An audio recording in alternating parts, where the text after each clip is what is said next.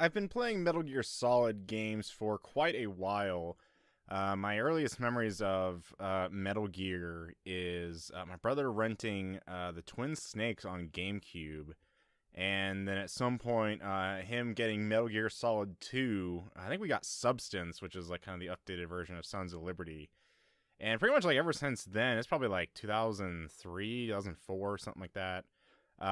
We've just always been enthralled with the Metal Gear Solid series.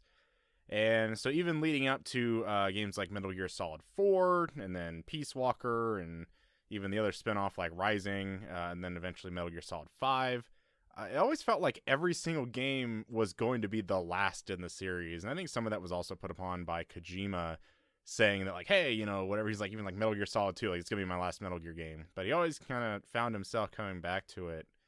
So going into, especially recently, like Metal Gear Solid 5, I kind of thought like this was gonna be it, and this is even before the kind of Konami Kojima feud even started. So, of course, the Phantom Pain comes out. It's not really the best from a story standpoint, which is a way that I wanted it to be, this kind of bridging the gap between, kind of the old saga and the new saga, but it definitely doesn't really do that.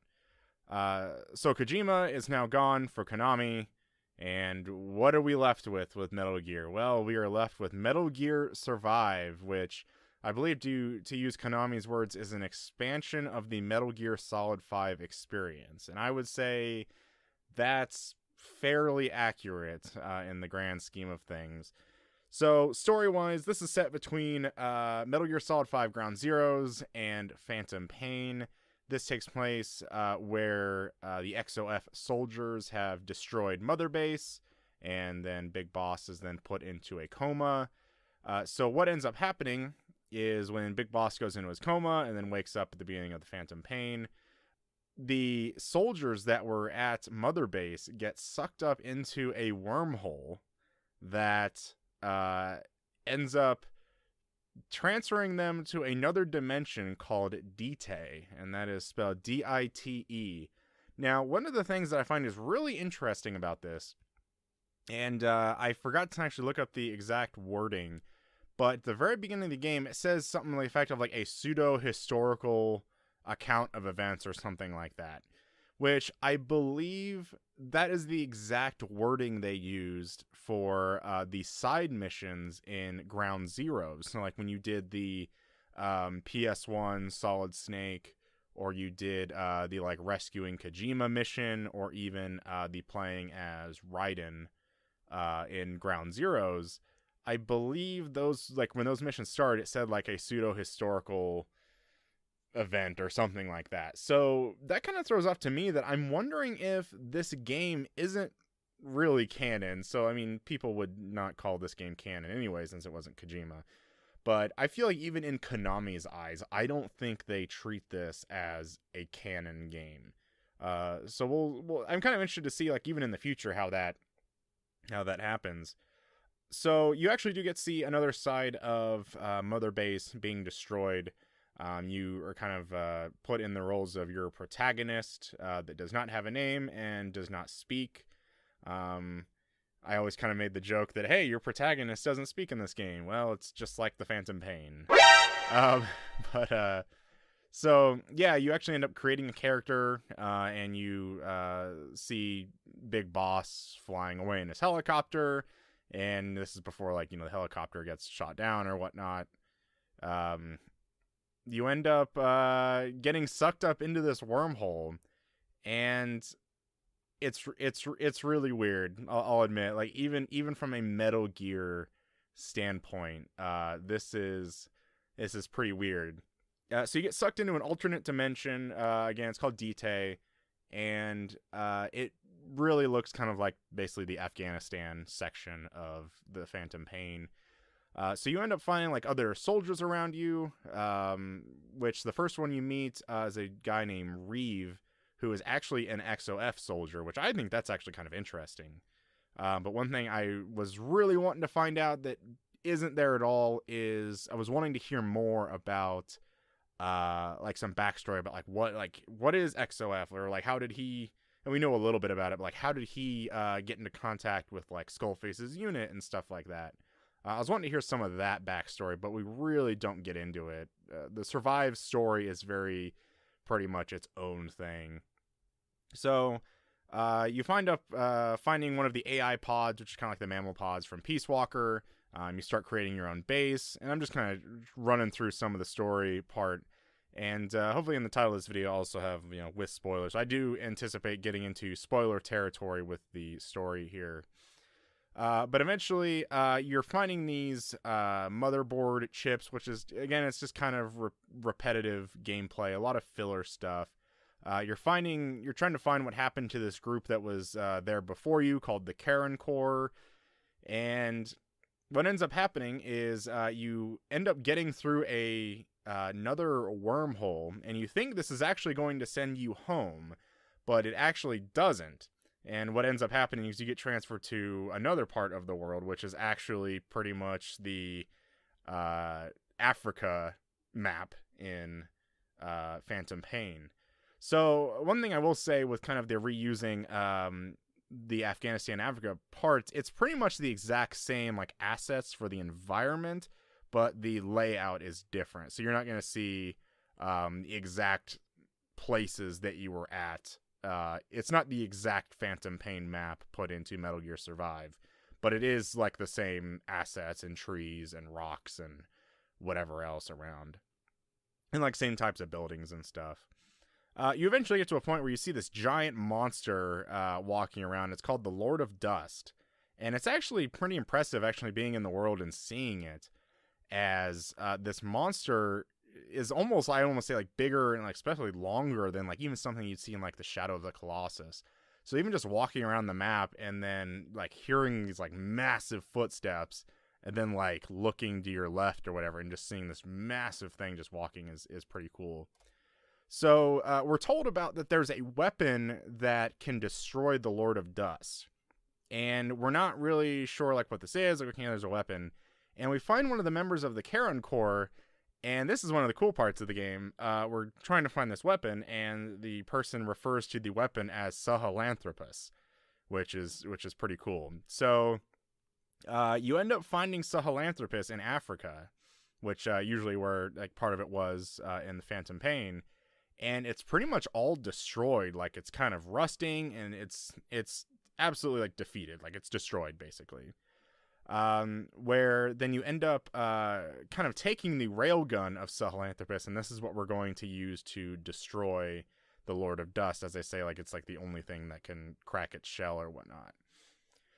So this is kind of even when the big kind of story revelation happens. That, and again, I'm getting into spoilers here, full spoilers. Dite is not an alternate reality for the people that were in here or whatever. So it's not this alternate dimension.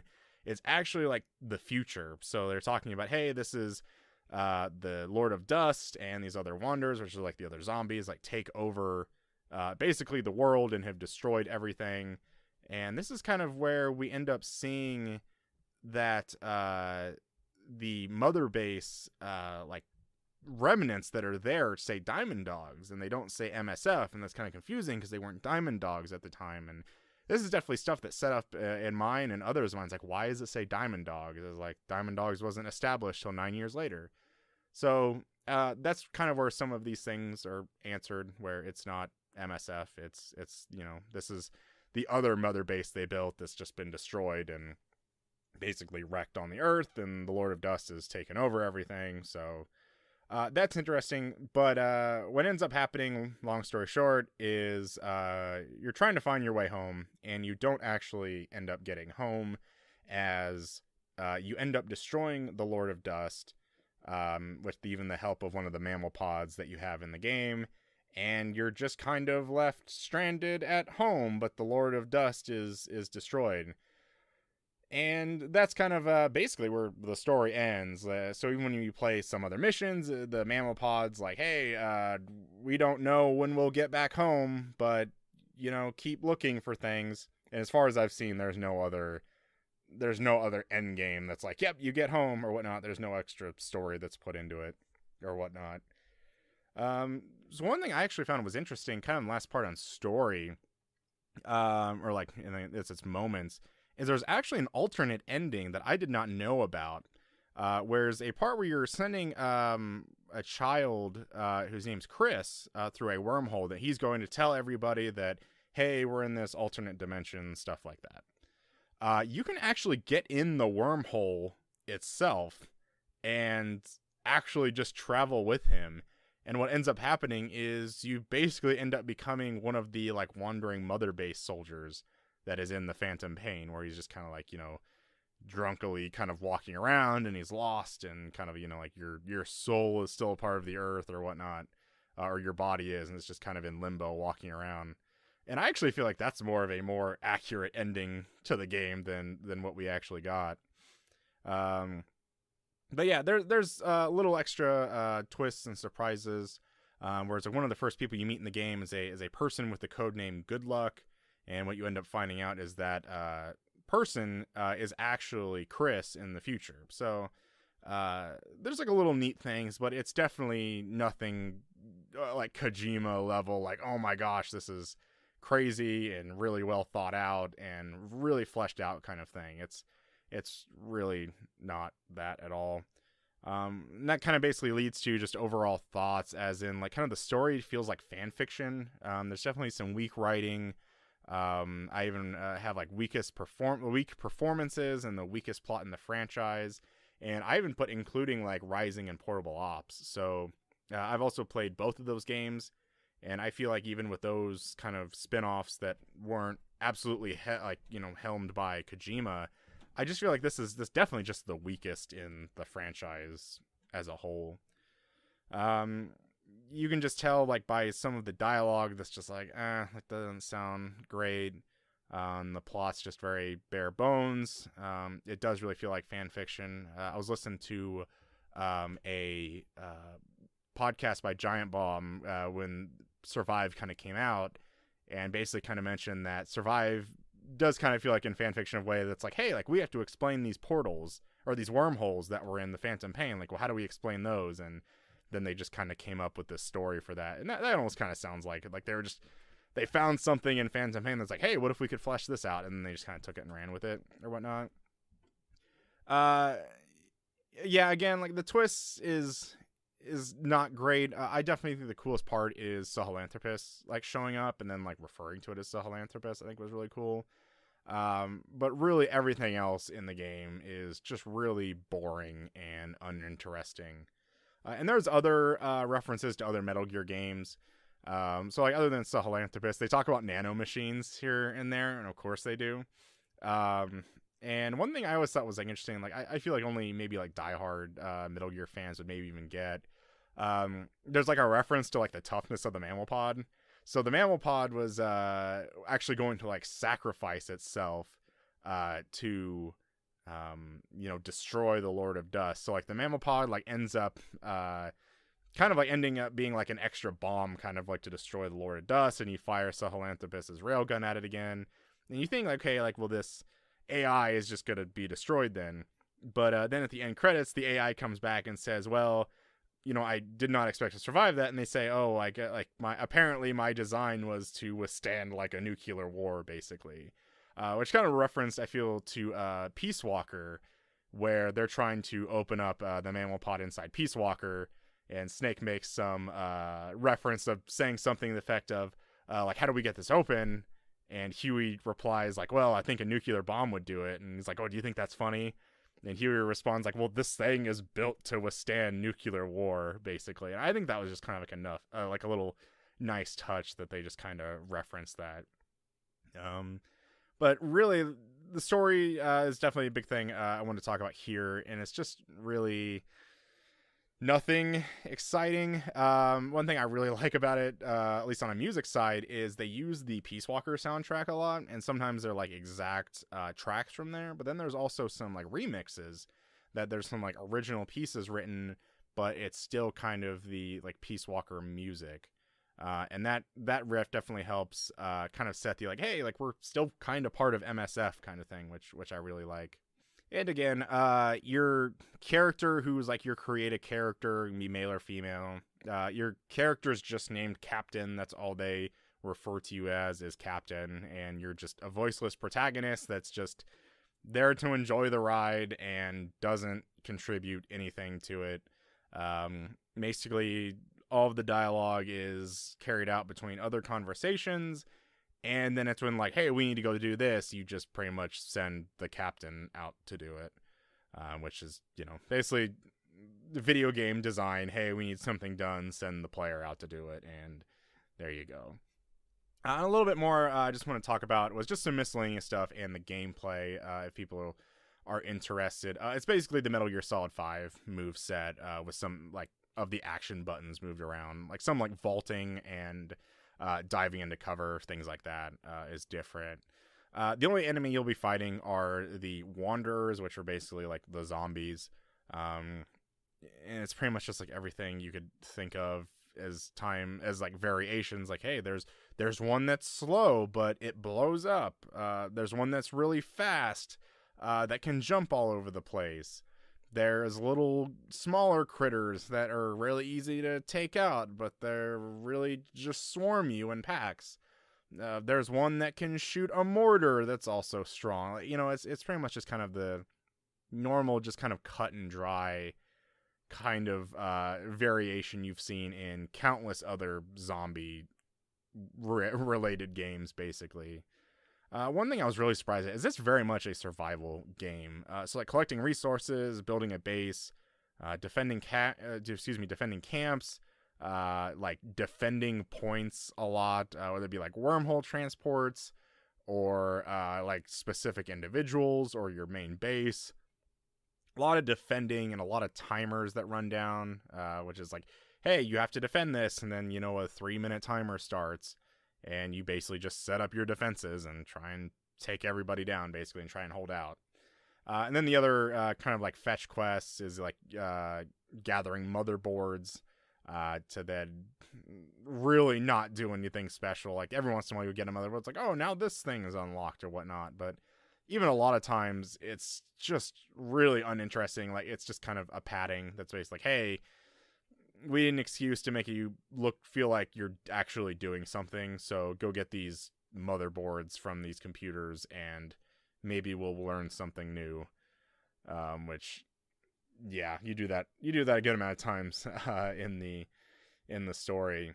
But then, of course, when you're gathering materials, from anything from fabric to cloth to food to metal, gunpowder, whatnot, you're constantly striving to, like, gather new materials to craft new weapons and items, and be able to, like, fortify your base and work on your stamina meter and such.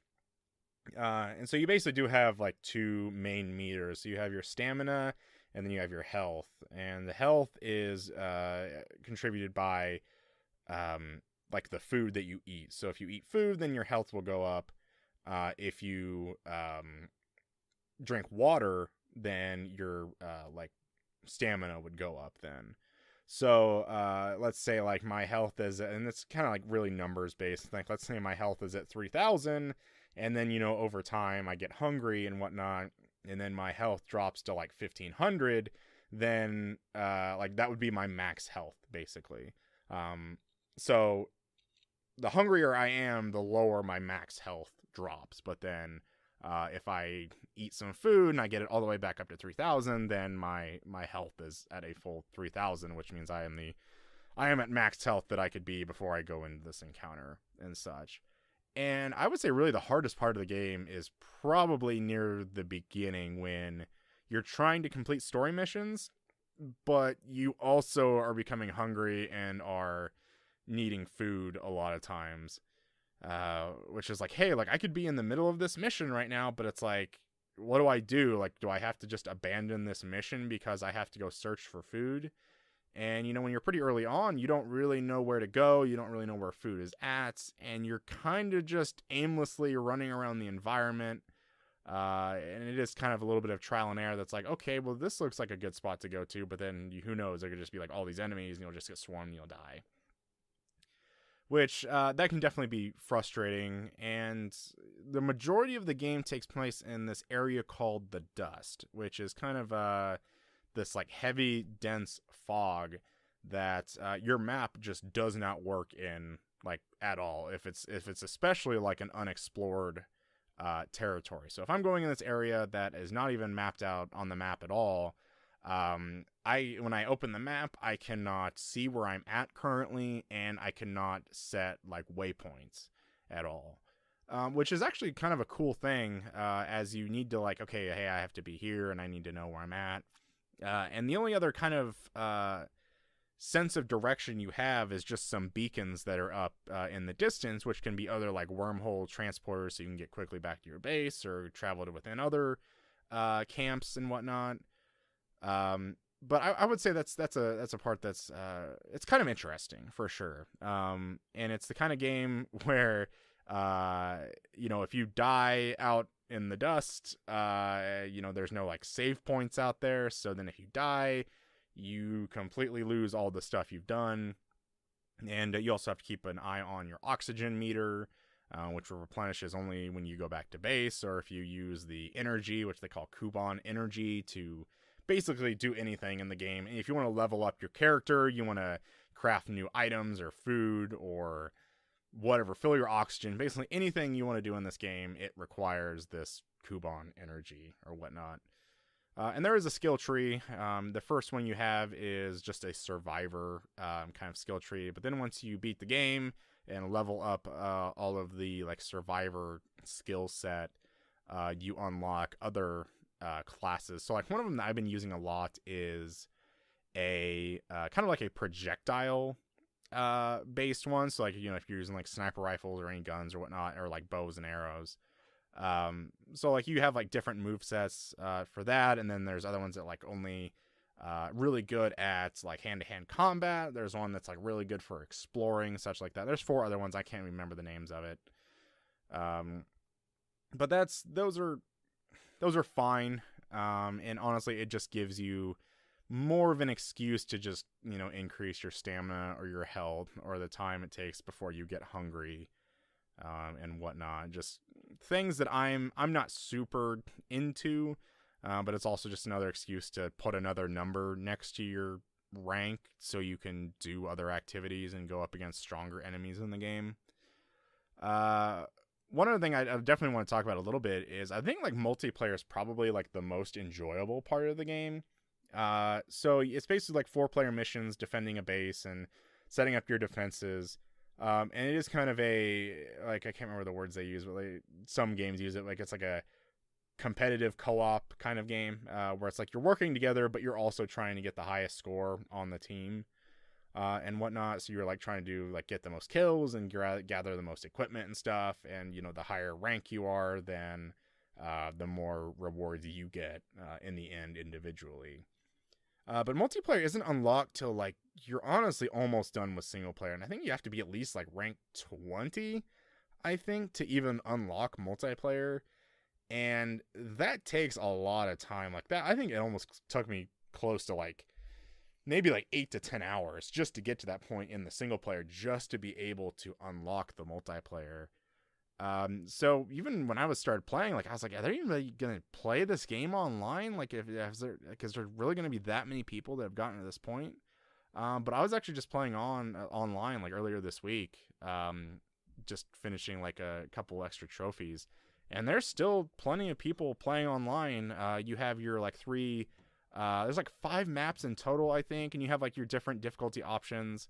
So like you have easy, medium, hard, or normal, hard. And I think they're adding, I think it's later this month in April, they're adding an extreme difficulty. So that means like, if you even want to be punished even more, you can do that.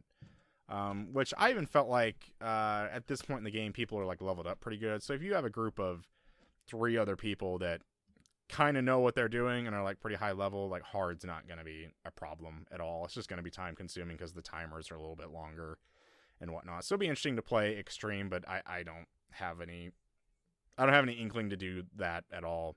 But you also do have daily and weekly missions. So, hey, you'll get more rewards if you log in every day and do this daily mission and whatnot. And so one thing I've actually enjoyed that they've been doing is they've been updating this game pretty good. With like new events and such. Like there was a like rescue event where it's like different kind of missions where you have to like rescue these people. But the one they actually have going on right now in April is a Metal Gear Solid 3 event. So when you do these specific missions, you will unlock these kind of coins or whatnot that you can actually spend to unlock like Metal Gear Solid 3 and other like Metal Gear Survive kind of things. So I bought the Eva's like jumpsuit from Metal Gear Solid 3, and it is like zipped up, so people who play that game know what I'm talking about. You can also have like the beret that Ocelot wears. So, like I've been running around the map with the beret and then like Eva's jumpsuit on. You can also get the like fatigues that Naked Snake wears. In addition to like having different face paint you can have like that. So it's pretty cool overall, the things they're doing for this event. And so the one map they have this event taking place on is like this airport. And I don't know, some people might have seen that like on really higher difficulties, you can actually summon like Metal Gear Ray to show up in one of the maps and like help defend and whatnot. And it's got like all of his moveset and whatnot. But in the Metal Gear Solid 3 missions, you can actually summon the Shagohod on the last wave. So basically, it'll just zoom around the airport, pretty much just like it does in the airport in Metal Gear Solid 3. So basically, it's just kind of launching missiles everywhere. It's just going super fast in circles, just running over all of these things. And then like this other kind of like Metal Gear Solid 3 track plays. So it's definitely got like a lot of fan service in that respect that I really enjoy. But there's not really there's not much post-game content. So like once you beat the story, there's a couple extra just miscellaneous missions. But other than that, it's pretty much multiplayer. There's some optional bosses that are like big old monsters and whatnot that you kind of have to grind even more to be able to defeat. And the only other thing you can do is get different side quests from the people you've rescued into your main base, which isn't really all that cool because you basically have like the same 3 missions. Like, hey, there's this container that washed up, and then you go to the container and it's like the most like worthless materials or like cases you could want, basically. So like even those are kind of pointless. And then there's like, hey, there's these here's another survivor you could go rescue, but you can only hold 30 survivors, and there's a level that your base can be, and they haven't even rolled out a level 3. So I was kind of looking at this online, that the highest you can hit your base right now is level 2. And if you actually have a full 30 amount of people, your input of like how much food you're processing and stuff isn't, and how many resources you need isn't going to be enough with a level 2 base to like feed everybody. So you're pretty much going to have to get rid of some people. And there are some people you rescue that are just absolutely a hindrance on you. As in, like, they don't have any skills, and then even if you try and put them in a skill thing, their morale and their, like, ability to work or their job success rate is just really terrible. So you really just want to get rid of them, pretty much. And you do have a main base, which they just call, like, the base camp or whatnot. And you can create some defenses, but, like, it really doesn't get attacked very much at all. And you can create different resources, whether it be like water or other different plants or different food that can be like health related that you can craft into new things. And other than that, it's pretty much just creating beds for your people to sleep in, so like they don't get tired all the time and it's basically just creating defenses around the area so that it might get attacked at some point during the story, or you can do some optional missions where you can do the wormhole digging from your main base camp, not just out in these remote locations and whatnot. So yeah, definitely it's pretty much there for the story, but I'm hesitant to say like it's not worth it at all, because they are updating new things in there. Even just like on the multiplayer side, the Metal Gear Solid 3 event's really cool. They don't have any like DLC like roadmap per se out that's like, hey, this is gonna be like paid content. But they do have like kind of a roadmap, I think, even like when the game first came out, like, hey, these are things we would like to add down the road. So I think they are committed to updating the game, and I think there's definitely going to be some new events come here and there. But honestly, I don't really have any drive to want to play this game anymore. I was just, cleaning up a couple multiplayer trophies, and there's some really weird trophies. Whether it be like you have to eat all of the different recipes, I think, like in the game, which is gonna be hard because there's like grilled versions and soup versions and smoked versions, but then there's also these other combinations you can do with this food, and I don't think I think there's like maybe 0.1%, but I think for the longest time it was 0.0% of people had that trophy who have played the game. So yeah, those are definitely trophies I am not going to try and strive for. But there's a couple other miscellaneous things I just kind of want to talk about a little bit. This almost kind of seems like I don't use the word love letter, because I'm not too big on that phrase. But there's like a bunch of other like bonus tapes from Konami franchises, whether it be like other Metal Gear games, Police Knots, I think Snatcher was in there. Then you have like Castlevania and Contra. I don't think I heard anything like related. Maybe there was like a Bomberman in there and whatnot. I don't think I've heard anything like related to Silent Hill, because of course not. But you find these just kind of miscellaneous tapes around the area, and then you can also play them at your main base. So like, hey, if I'm just crafting these things, or I'm going to be moving around these things for a little bit, you can basically like craft these speakers and select whatever songs you've unlocked to basically play whatever music. Like if you want to have like Castlevania Symphony of the Night music playing at your main base while you craft this item, you can go ahead and do that. So this game does have the microtransactions that I'm sure people have heard of, about the like $10 save slot. Basically anything you want to do, you can also put SV coins in there, which are the paid currency. And they're kind of almost, I would assume, the like mother base coins that were in the Phantom Pain, which the mother base coins weren't very good, as there was like a good amount of stuff, even related to FOBs or crew deployment missions that were kind of locked behind mother base coins, like if you wanted to spend the extra money. But here I feel like they take it a little bit extra, as in it feels like any window it felt like you opened up, there was always an option to like spend SV coins, whether it be like extra emotes or crew deployment teams. I think like you could even do like revival pills or whatnot you can spend these on.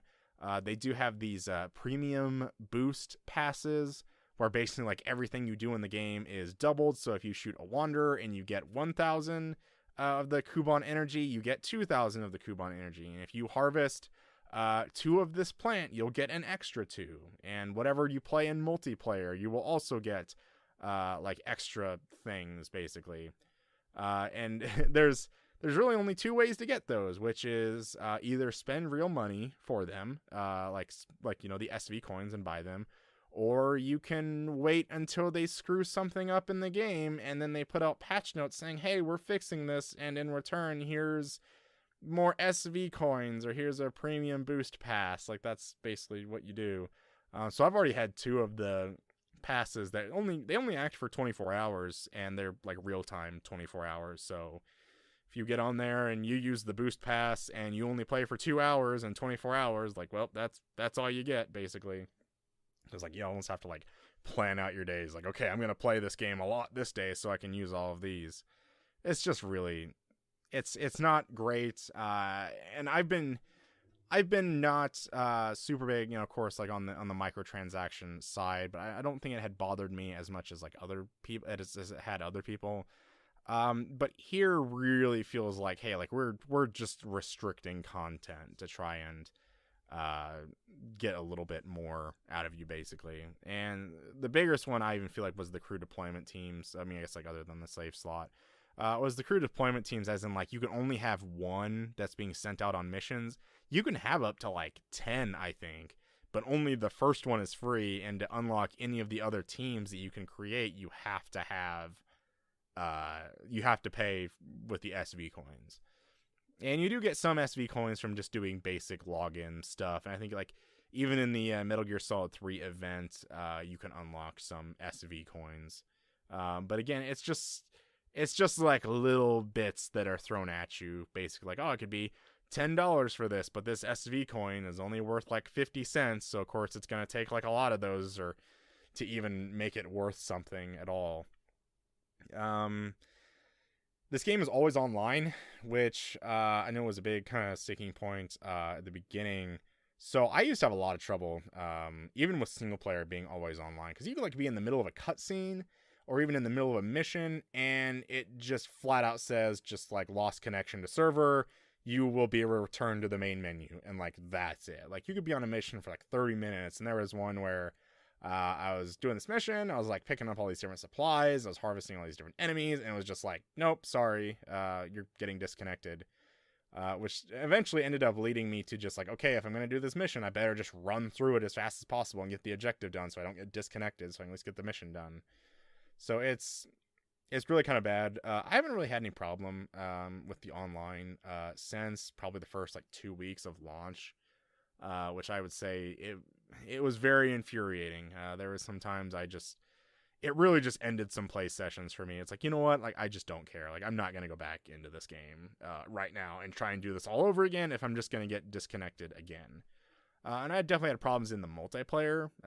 Pretty much every single time it would try and tell you that, hey, like, we're going to do host migration or whatnot, like, during a game. It never worked. It was just like, oh, host migration failed, return to the main menu or whatnot. But since this last update that came out with the Metal Gear Solid 3 event, I haven't had any problems with connection online, and then also haven't had any problems when the host migration at all. So I think they've been definitely putting in some commitment to try and get these issues out, which kind of feels like kind of a little surprising thing, I guess, for Konami. As in, I think a lot of people just thought they'd just put this game out and that's all that would happen. Yeah, but there seems to be kind of a community around it as well. But the only last thing I want to talk about is that the game is currently $40. I think you can probably find it online now for probably $30 even, even probably brand new on Amazon or wherever else. I don't think this game's really worth $20 and maybe even $10. And I preface that saying it's not necessarily because it's a bad game. I don't think it's a bad game. It's not very engaging, and there's just really nothing special to it. I think where I say that it's not worth $10 or $20, I just think there are better options to spend your time with.